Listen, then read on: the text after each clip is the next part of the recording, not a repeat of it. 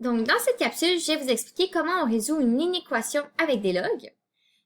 On résout ça comme une inéquation, c'est juste qu'il faut faire attention parce que quand notre base va être entre 0 et 1, comme ici dans notre cas, il y a une particularité particulière qu'il va falloir faire attention.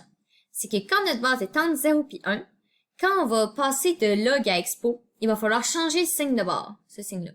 C'est comme quand on divise par moins 1, on change le signe de barre. Là, c'est juste que quand on passe de log à expo, puis que la base est entre 0 et 1, on va changer de barre. Donc, je vais vous faire cet exemple-là pour vous aider à mieux comprendre. Donc, en premier, je vais faire moins 5, donc 25 moins 5, ça va faire 20.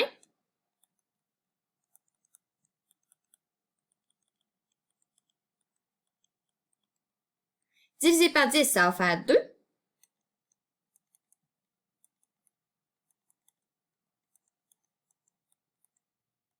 Et ensuite, c'est là qu'on va passer de log à expo. Fait que ça, c'est notre base, ça, c'est notre exposant, c'est notre puissance. Donc, notre puissance, on va la laisser là. Et là, on va faire 1 tiers à la 2. Et on va changer signe de barre. 1 tiers à la 2, ça donne quoi? Ça fait 1 divisé par 3 à la 2, 0.111.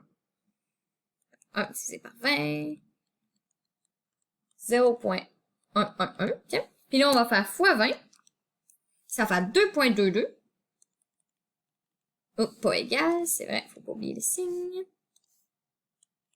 2.22. Et là, on va faire plus 9. 11.22. Donc là, on a trouvé que notre x, il fallait qu'il soit plus petit ou égal à 11.22. Mais attention, là, il va juste falloir... Ah, puis j'ai oublié une petite parenthèse ici. Il va juste falloir faire attention avec les restrictions qu'il faut que l'argument du logarithme soit toujours plus grand ou égal à 0. Donc, on va aller faire un petit calcul à côté. Il faut que 1 divisé par 20 fois x moins 9 soit plus grand ou égal à 0. 1 divisé par 20 fois x moins 9 soit toujours plus grand que 0. Donc là, on va faire fois 20 fois 20. 0 fois 20, ça donne 0. X moins 9 doit être donc plus grand que 9.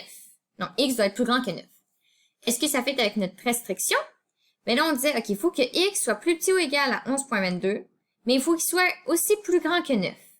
Donc, en fait, notre réponse, ça va être, il faut qu'il soit plus grand que 9.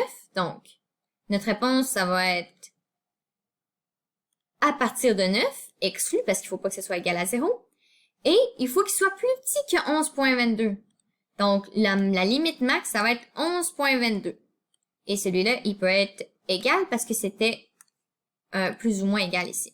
Pas un plus ou moins, un plus grand ou égal ici. Donc ça va être notre solution.